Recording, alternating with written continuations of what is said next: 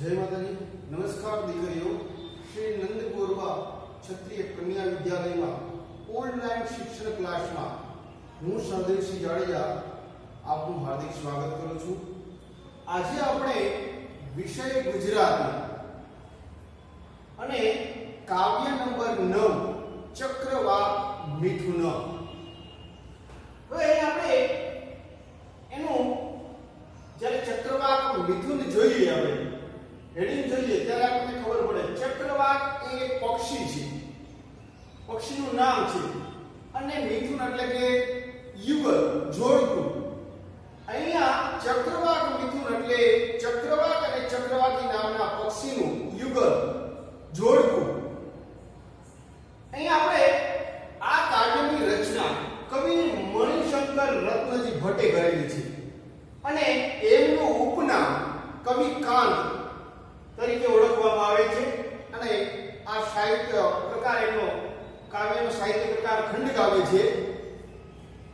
અહીંયા આપણે જોઈએ એમનો જન્મ, તો કે એમનો જન્મ અમરેલી જિલ્લાના ચાવડ ગામમાં થયો હતો। એમનો વ્યવસાય શું હતો તો કે તેઓ શિક્ષક તરીકે, આચાર્ય તરીકે, અધ્યાપક તરીકે અને શિક્ષણ અધિકારી તરીકે તેઓ સેવાઓ આપી ચૂક્યા છે। એમનો એકમાત્ર કાવ્ય સંગ્રહ પૂર્વાલાપ છે અને ગુજરાતી સાહિત્યને એમના કાવ્ય સંગ્રહ તેમજ ખંડ કાવ્યોમાંથી વિશેષ સમૃદ્ધિ પ્રાપ્ત થઈ છે। ઉપહાર, સાગર અને શશી જેવા ઉત્તમ સોનેટ તેમજ ઉર્મી કાવ્યો સાથે તેમણે ઉત્કૃષ્ટ ખંડ કાવ્યો, દેશભક્તિના કાવ્યો તેમજ સુંદર પ્રાર્થનાઓ ભેટ આપી છે। એમની સર્જન પ્રતિભા ખંડ કાવ્યોમાં સોળે કળાએ ખીલેલી જોવા મળે છે। સંઘર્ષને અંતે પણ પ્રેમ પ્રાપ્તિ મુશ્કેલ છે। જીવન નિયતિની પ્રબળતાને પરિણામે પ્રાપ્ત થતી કરુણા એમની કવિતાને ચિરકાલીન બનાવે છે।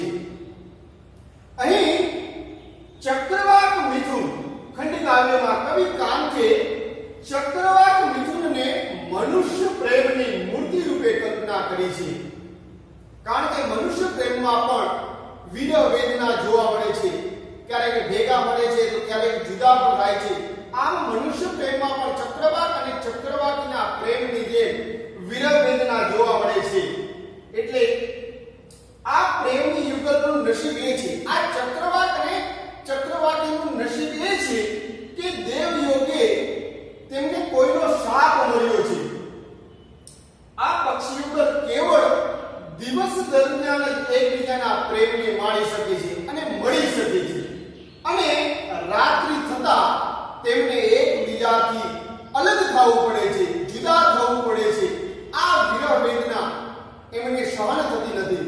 દિવસ દરમિયાન તો એ ગમે તેમ સુખેથી સુખમાં પસાર કરે છે, પરંતુ જ્યારે તેઓ રાત્રિની કલ્પના કરે છે, સંધ્યા સમય થાય છે, સૂર્યાસ્ત થાય છે, સૂર્ય ડૂબવા લાગે છે, ત્યારે જ્યારે બંનેને એમના શાપના લીધે અલગ થવું પડે છે, જુદા થવું પડે છે, એ વિરહ વેદના એમનાથી સહન થતી નથી।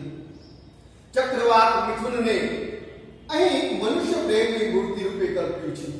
અહીં પક્ષી યુગલનો અનિવાર્ય વિયોગ અને મનુષ્ય ચિત્ત અને સૃષ્ટિક્રમ વચ્ચે વિરોધાભાસને પ્રગટ કરે છે। દિવસ દરમિયાન પક્ષી યુગલ સુખની ક્ષણો માણી શકે છે, પરંતુ સૂર્યાસ્તની સાથે જ બંનેને વિખૂટા થવું પડે છે। પરસ્પર વિયોગે ઝૂરતા આ યુગલની પ્રણયની તૃપ્તિ થવી શક્ય નથી। માટે ચક્રવાકી ચક્રવાકને કહે છે કે ચાલો ને જ્યાં સૂર્યાસ્ત, સૂર્યનો પ્રકાશ લાંબા સમય સુધી હોય ત્યાં આપણે જઈએ। પણ ચક્રવાક ચક્રવાકીને કહે છે કે જ્યાં દિવસ લાંબો હોય ત્યાં રાત્રિ પણ લાંબી હશે। એટલે પ્રણય સુખની જે આશા છે એ ઠગારી છે અને અંતે સૂર્યને જંતુ આ પ્રણય યુગલ આકાશમાં ઊંચે ને ઊંચે ઉડે છે અને આખરે પંખી યુગલ સૂર્યાસ્ત થતા અંધકાર ભરી ખીણમાં પોતે ઝંપલાવે છે ત્યાં તેમને દિવ્ય પ્રકાશના દિવ્યતાના દર્શન થાય છે. આ દિવ્ય પ્રકાશનું દર્શન કવિની સ્વીડન બોરવી ધર્મસંધાના પરિણામરૂપ છે. તેમને ઈશ્વર સંબંધી બદલાયેલી માન્યતાનું એ પરિણામ છે. પહેલા કવિ હતા એ થોડા નાસ્તિક હતા, પરંતુ ત્યારબાદ એ સ્વીડનબર્ગની જે છે એની ધર્મ શ્રદ્ધામાં માનવા લાગે છે અને ત્યારબાદ એમની ઈશ્વર સંબંધી જે માન્યતા છે એ બદલાય છે. ત્યારે એમને ખંડકાવ્યની અંતિમ પંક્તિ હતી અને એ પંક્તિ આ પ્રમાણે છે: કહી ચેતન એક દિશે નહીં. પહેલા એમણે લખ્યું હતું કહી ચેતન એક દિશે નહીં. ચેતન એટલે કે ક્યાંય ચેતનવંતું ક્યાંય જોવા મળતું નથી, એવું પહેલા એ કહેતા હતા. પરંતુ ત્યારે એમની ધર્મશ્રદ્ધા બદલાતા પંક્તિમાં ફેરફાર થાય છે. કહી અચેતન એક દિશે નહીં, એટલે કે સંપૂર્ણ સૃષ્ટિમાં ચેતન જોવા મળે છે, જીવ જોવા મળે છે. એક પંક્તિમાં આ ફેરફારથી સમગ્ર કાવ્યની અર્થ છાયા બદલાઈ ગઈ. કાંતની સર્જન શક્તિ તેમની કાવ્ય સામર્થ્યનું જ્વલંત ઉદાહરણ છે. ચક્રવાત યુગલની બીજી દુનિયાની ખોજ સફળ થાય છે. સર્વત્ર પ્રકાશમય ચૈતન્ય જણાવવા લાગે છે. આ રચનામાં ભાવાનુકૂળ છંદો વિધાન થયું છે જે નોંધનીય છે. આ કાવ્ય આપણે વાંચીશું ત્યારે જોઈશું કે ભાવના અનુકૂળ છંદો વિધાન થયું છે. અલગ અલગ પંક્તિઓમાં અલગ અલગ છંદ જોવા મળે છે. એટલે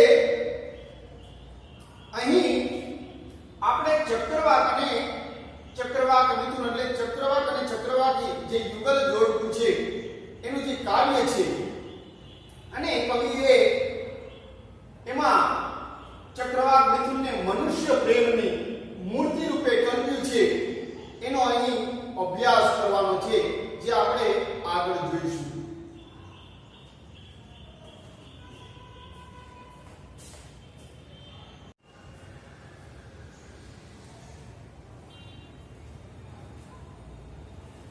દીકરીઓ, હવે આપણે અહીં ચક્રવાક મિથુન કાવ્ય જોઈશું. એમાં અલગ અલગ છંદો પણ છે પંક્તિઓમાં, જે આપણે જોતા જઈશું અને સમજતા પણ જઈશું.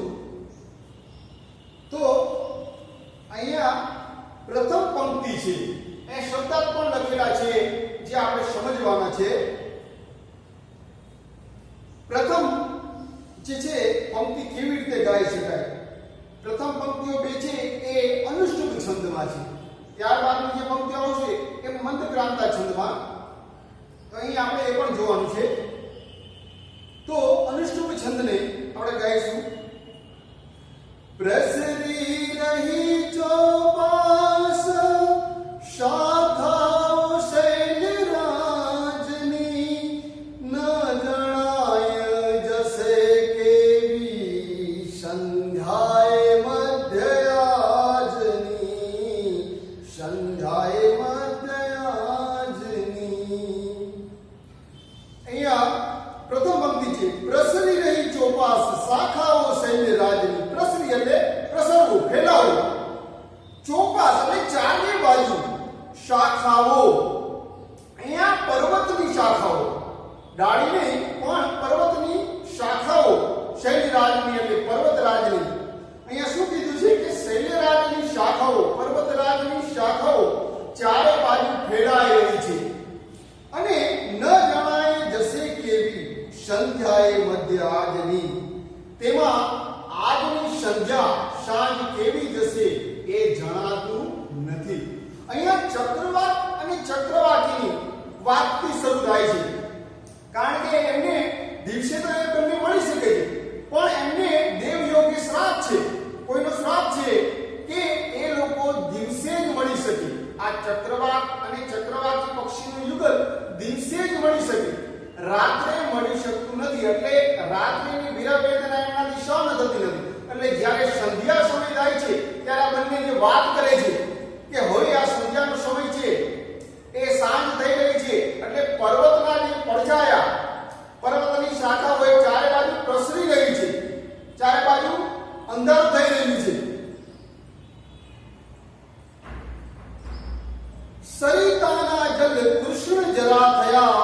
કિરણ સૂર્ય તણા શિખરે ગયા શબયનાથ પ્રિયા હૃદયે ધરે વિરહ સંભવ આકુલતા કરે.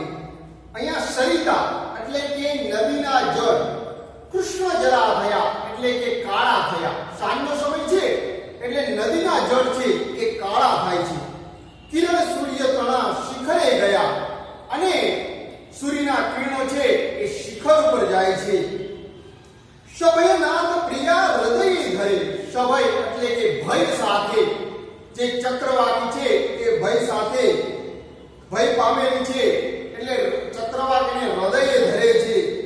વિરહ સંભવ આકુલતા કરે અને સંભવતઃ બંને વિરહથી વ્યાકુળ થઈ ગયા છે. આકુલતા એટલે વ્યાકુળ થઈ જવું. અહીંયા શું થાય છે? નદીના જળ એ સાંજનો સમય થાય છે એટલે કાળા થવા માંડે છે અને કિરણ સૂર્ય તણા શિખરે ગયા. સૂર્યના કિરણો પણ જ્યારે સંધ્યા સમય થાય છે શિખર પર જાય છે.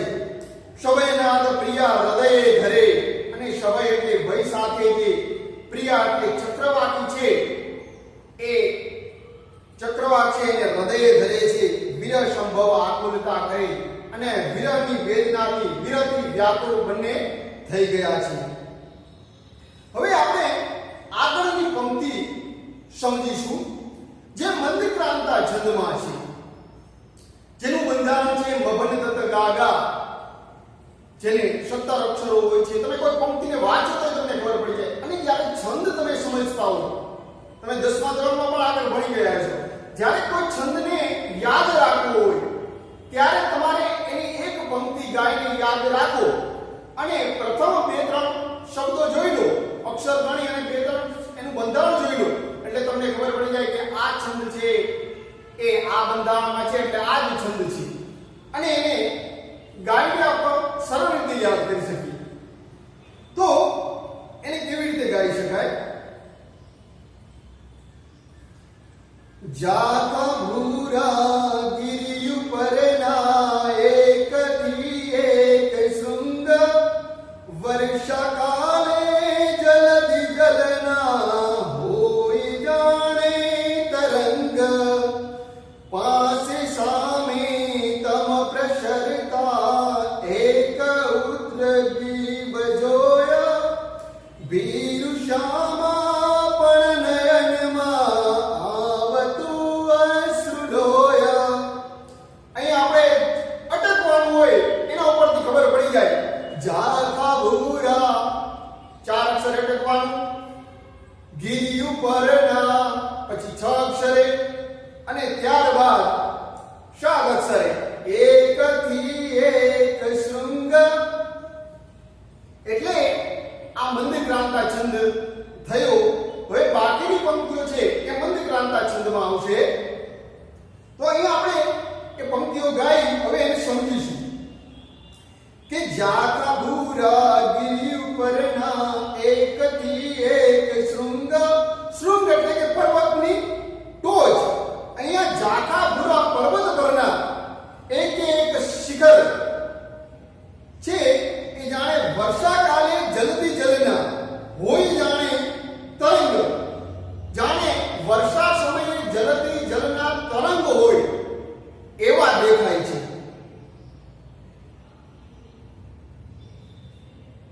એના પછીની પંક્તિ છે પાસે સામે ત્રમ પ્રસરતા એક ઉદ્રગી વજોયા. ઉદ્ગ્રીવ એટલે ઊંચી ડોક કરીને.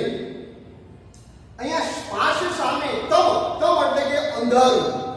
હવે ઊંચી ડોક કરીને જોવે છે કે સામે અંધકાર ફેલાય છે.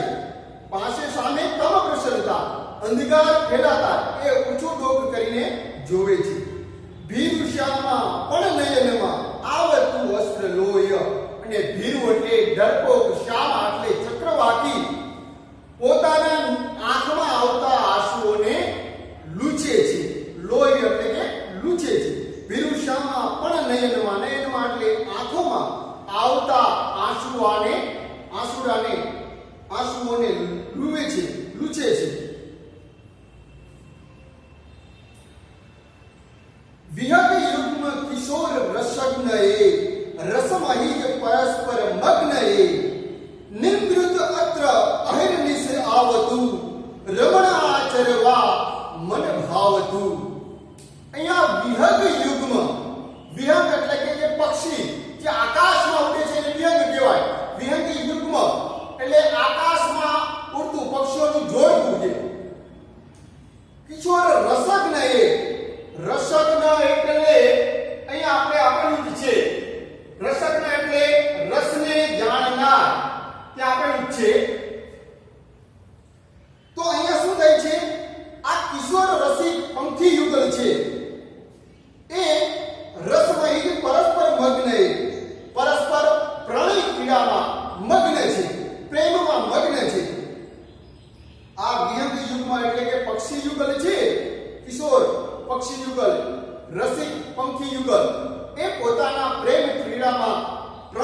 ક્રીડામાં મગ્ન છે.